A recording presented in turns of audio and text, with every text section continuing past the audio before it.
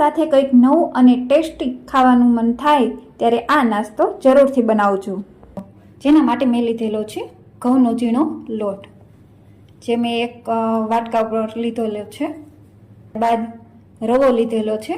રવો તમે સ્કીપ કરી શકો છો, એના જગ્યાએ તમારે જાડો લોટ હોય એ પણ લઈ શકો છો, જેનાથી ક્રિસ્પી બને છે આપણો નાસ્તો।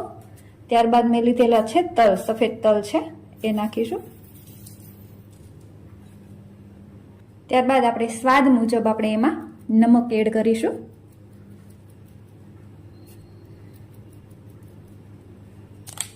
મુઠ્ઠી પડતું મોણ દેવાનું છે, જેના માટે મેં લીધેલું છે ઓગાળેલું ઘી લીધેલું છે।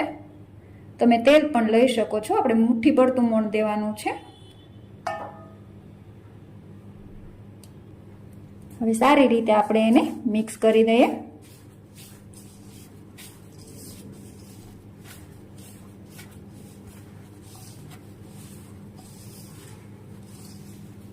મોણનું પ્રમાણ વધારે રાખવાથી આપણો જે નાસ્તો છે એ સરસ ક્રિસ્પી બને છે। જો તમે મારી ચેનલમાં નવા હોય તો મારી ચેનલને સબસ્ક્રાઈબ કરો, જેથી હું આવી નવી વાનગીઓ તમારા સુધી પહોંચાડું। તો તમે જોઈ શકો છો આ મુઠ્ઠી પડતું મોણ દેવાઈ ગયું છે। હવે આપણે લોટ બાંધી લઈએ। તમે ઈચ્છો તો આમાં અજમા પણ નાખી શકો છો। હવે આપણે એમાં થોડુંક હેતુ એવું ગરમ પાણી એડ કરતા જઈશું। કઠણ પણ નહીં અને બહુ ઢીલો પણ નહીં, એવો આપણે લોટ બાંધી લેવાનો છે।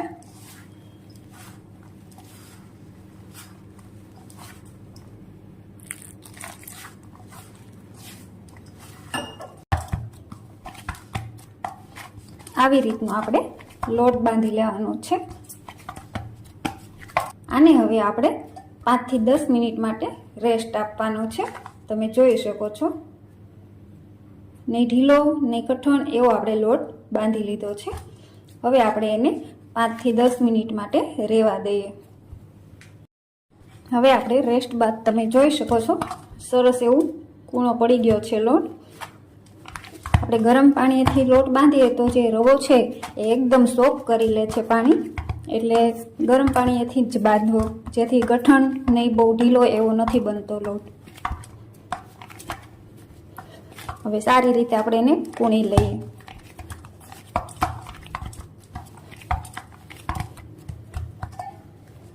હવે એના આપણે નાના લુવા વાળી અને રોટલી બનાવી લેવાની છે આવી રીતે।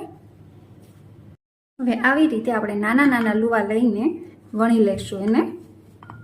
કોર થોડીક ફાટી જશે, કારણ કે મોણનું પ્રમાણ આપણે વધારે રાખ્યું છે એટલે થોડીક ફાટી જશે।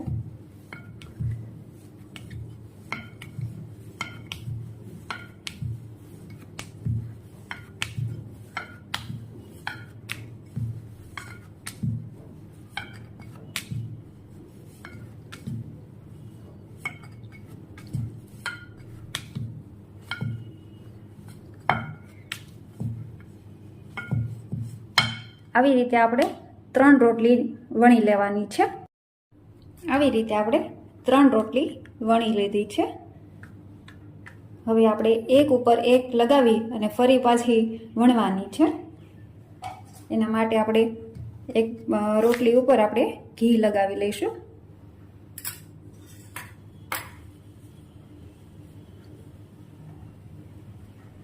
એના ઉપર પાછી એક આપણે રોટલી મૂકી દઈશું।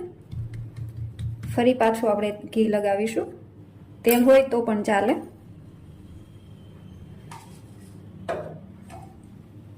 એના ઉપર ફરી પાછું આપણે રોટલી લગાવી દઈશું। સારી રીતે આપણે એને દબાવી દઈશું।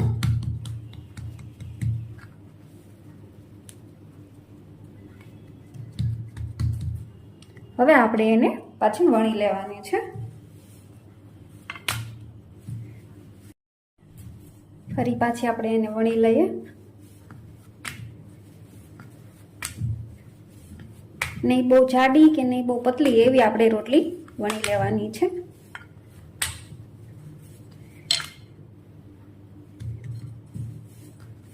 હળવા હાથે આપણે એને વણવાની છે, જેથી એકદમ આપણે ભાર દઈ અને વણીશું તો એ ફાટી જશે.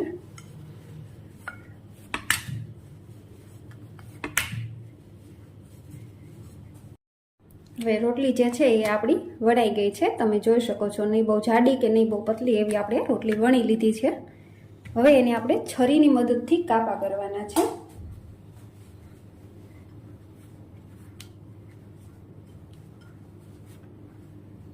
આવી રીતે આપણે વચ્ચેથી કાપા કરીશું. પછી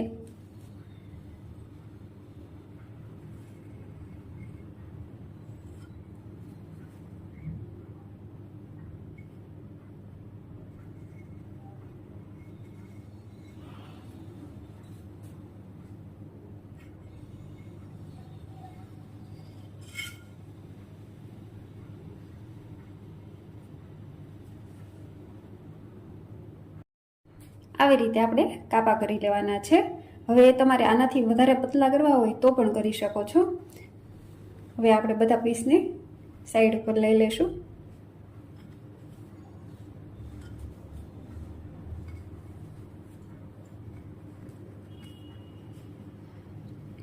હવે જે આવી રીતે આપણે શેપ આપ્યો છે એને હવે ઉપરની સાઈડથી આપણે આને ધીમે ધીમે ફોલ્ડ કરતું જવાનું છે.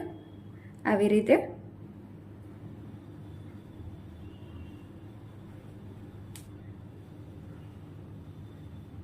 ઉપરની સાઈડ આપણે એને દબાવી દેવાનું છે.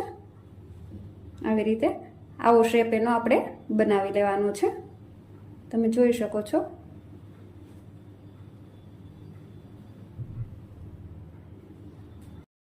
તો આવી રીતે આપણી બધી રોટલીને આવી રીતે શેપ આપી દીધો છે. તો હવે આપણે આને ફ્રાય કરી લઈએ. આપણું તેલ જે છે એ ગરમ થઈ ગયું છે. હવે એમાં આપણે તળી લેવાના છે. ધીમે ધીમે એને નાખતા જઈશું.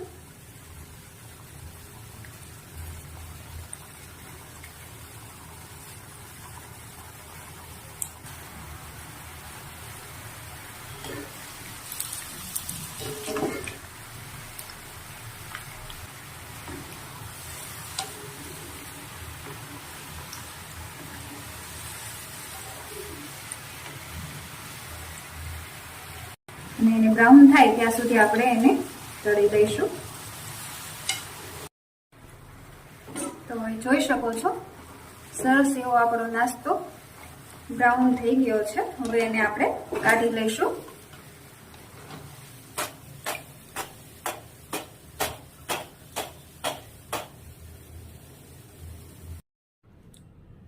તો તૈયાર છે આપણો ઘઉંના લોટમાંથી બનતો કુરકુરો નાસ્તો.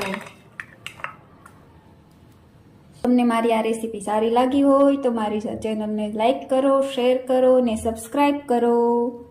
તમે જોઈ શકો છો કેટલો સરસ ક્રન્ચી અને દેખાવમાં પણ ખૂબ જ સરસ એવો બન્યો છે.